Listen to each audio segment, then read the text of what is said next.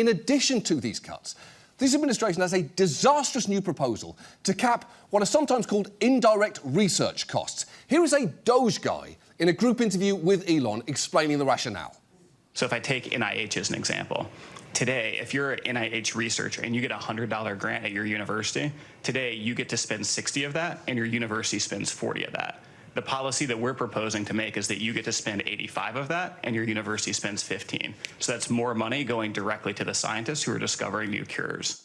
OK, set aside the fact that that group looks like a regional choir of orphaned businessmen. What he just said there is extremely misleading. For starters, indirect costs don't come out of grants to researchers, they're issued on top of them.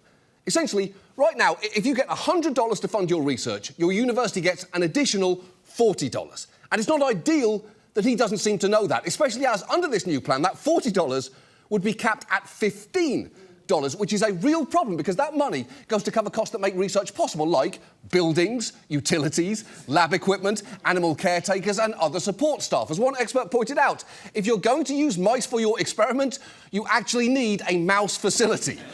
Which does make sense. You cannot have your lab mice commute into work, however adorable that might turn out to be. And scientists will tell you capping those expenses at 15% of a grant is a requirement that would make it functionally impossible for them to do high-quality work.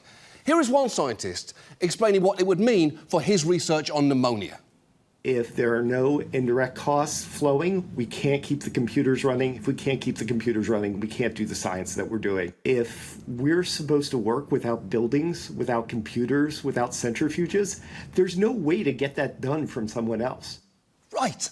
It should go without saying, but scientists need buildings and computers. I mean, maybe they can get by without centrifuges. I mean, I guess Carl can spin around pretty fast, but you know what? No, I actually think they're going to need those too. The point is, you wouldn't ask a research scientist to do their job without a computer or lab equipment the same way you wouldn't ask a Doge employee to do their job without an iron deficiency and a deep-seated conviction they're the smartest boy in the world. They need that for work.